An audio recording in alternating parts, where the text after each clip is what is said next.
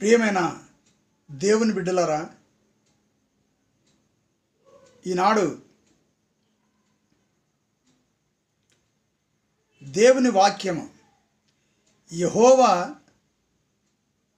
ఆలోచనలు సదాకాలం నిలుచును, ఆయన సంకల్పము తరతరములకుండును. అవును, దేవుడు చేసిన ఆయనకొచ్చిన ఆలోచన ప్రకారంగా ఈ సృష్టిలో సమస్తమును ఆయన చేసిండు. ఆయన తన దూతలను తను ఆరాధించడానికి చేసిండు. భూమిని, ఆకాశములను, సూర్యచంద్ర నక్షత్రములను, సముద్రములను, నీటిని, మరి జంతువులను, పశువులను, చెట్లను, మరి సమస్తమును ఆయన సృష్టించిండు, సమస్తమును చేసిండు.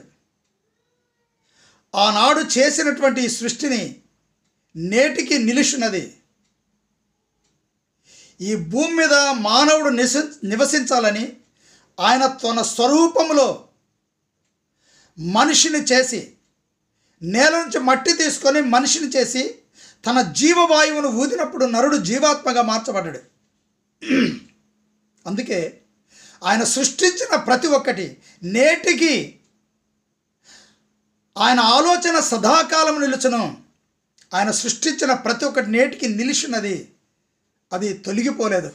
ఒకవేళ తొలగించాలంటే ఆయన తొలగించాలి, నాశనం చేయాలంటే ఆయన నాశనం చేయాలి. అంతప్ప ఈ యొక్క సృష్టిని నాశనం చేసే శక్తి ఎవరికి లేదు.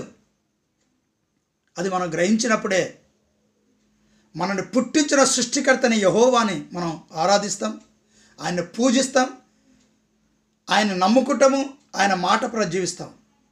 ఆయన ఏదైతే మనుషులకు రక్షణ కలిగించాలని ఆశపడ్డాడో, ఆయన ఈ భూమి మీదకి మానవులను సృష్టించినప్పుడు దేవుని ఆజ్ఞను అతిక్రమించి, ఆదామవ్వలు దేవుని ఆజ్ఞను అతిక్రమించి చేసిన అతిక్రమను బట్టి వారు దేవునికి విరోధంగా మార్చబడ్డారు. తిరిగి ఆయనతో సమాధానపరచుకోవడం కోసమై ఆయన మానవుడికి లోకానికి రావాలని ఆయన నిర్ణయించుకున్నాడు, సంకల్పించాడు.